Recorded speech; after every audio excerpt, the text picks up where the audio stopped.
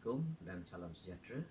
Saya Johari Sarip dari Pusat Pendidikan Horticulture dengan nombor K15650 berserta rakan-rakan saya sebagai collaborator hari ini ingin berkongsi hasil kajian kami yang bertajuk Mutiara Wangi Innovation to Revitalize the National Rambutan Industry dengan kod penyertaan kami adalah IC4.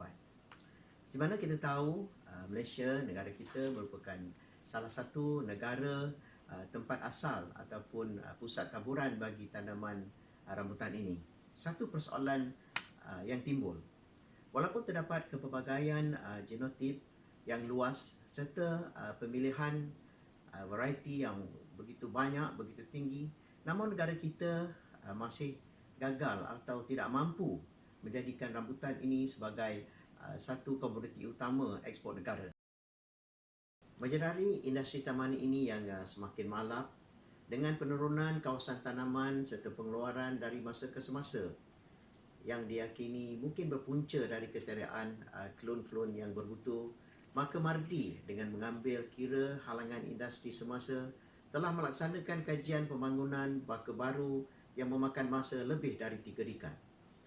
Penemuan kelun baru Mutiara Wangi yang dibangunkan setelah menerapkan 13 inovasi telah menjadikan kelun ini lebih superior bagi membolehkan ia bersaing di masa hadapan dengan objektif dan matlamat bagi meningkat dan mengembalikan semula kegemilangan industri tanaman ini.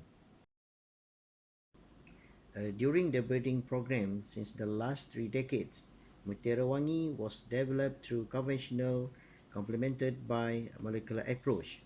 3 comprehensive breeding program procedures were adopted, such as development of F1 progeny, evaluation and selection of promising progeny, followed by implementation of stepwise culling, development of selection index, and also study on reproductive system. Now we move to the supporting document, lampiran 1 and onwards. Seperti yang kita lihat di lampiran 1, 3 langkah iaitu langkah 1, 2 dan 3 diikuti dengan 3 kaedah telah dilaksanakan dalam membangunkan kelun Mutiara Wangi ini.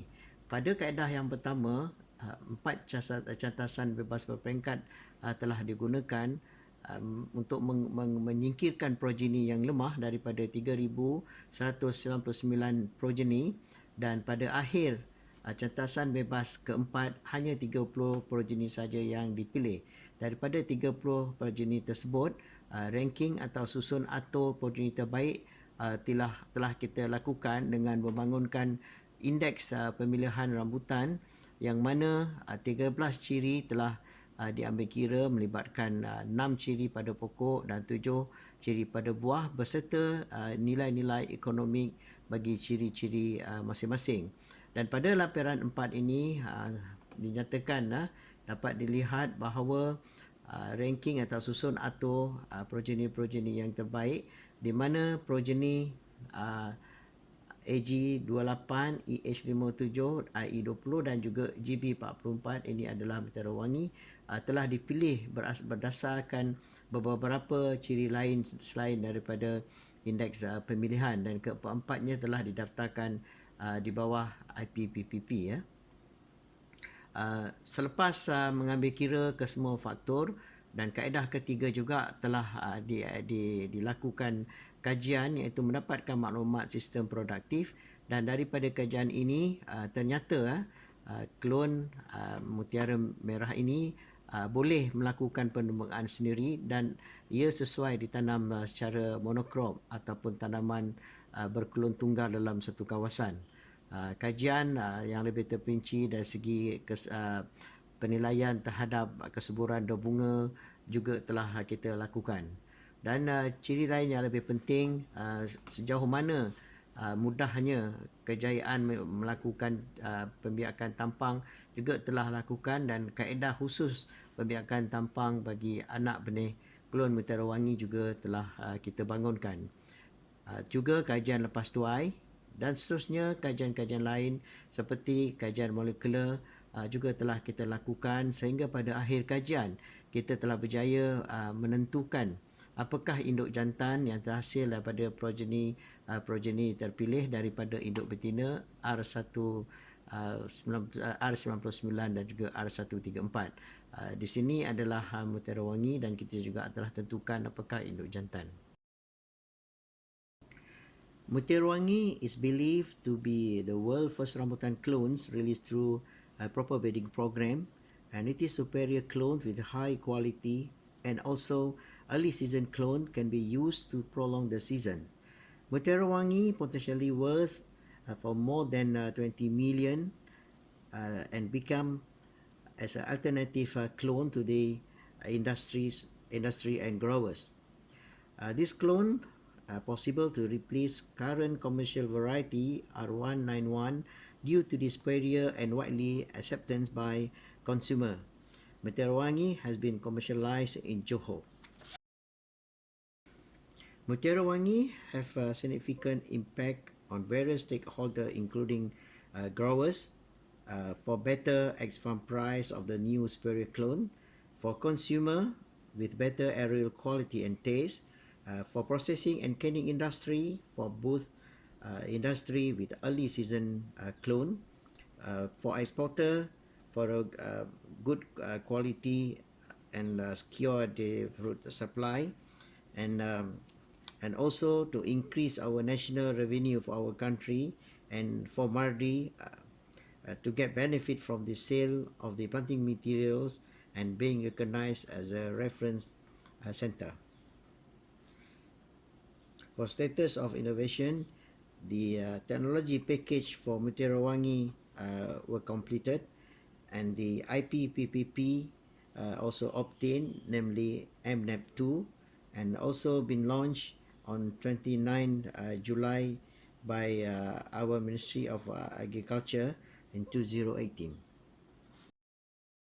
Klon ini mempunyai rasa yang begitu enak dengan isi yang rangup dan kering, dan klon ini juga agak beraroma isinya.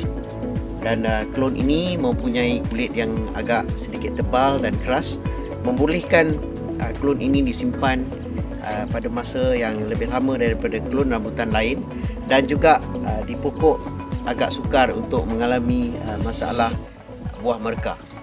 Dan klon ini kalau lihat mempunyai isi yang begitu cantik dan rasa yang begitu enak. Ini adalah klon baru GP44, dan kalau kita lihat isi yang sangat menarik, kulitnya agak tebal. Kelebihan utama klon ini kalau dipisahkan isi daripada bijinya, kita akan dapat lihat sebahagian besar kulit biji terlekat pada biji. Ini bererti isi yang kita makan sebahagian besarnya adalah bebas daripada rasa berkulit atau rasa berkayu, yang kita panggil sebagai testa. Testa ini kebanyakan terlekat kepada biji. Ini bermakna klon baru ini mempunyai isi ataupun aerial yang lebih berkualiti berbanding dengan klon-klon komersial yang lain, termasuk R191 ataupun anak sekolah. Wow, lihatlah begitu menarik. Ini adalah hasil kajian yang dilaksanakan oleh Mardi bertahun-tahun, dan kini terhasillah berbagai-bagai progeny baru rambutan.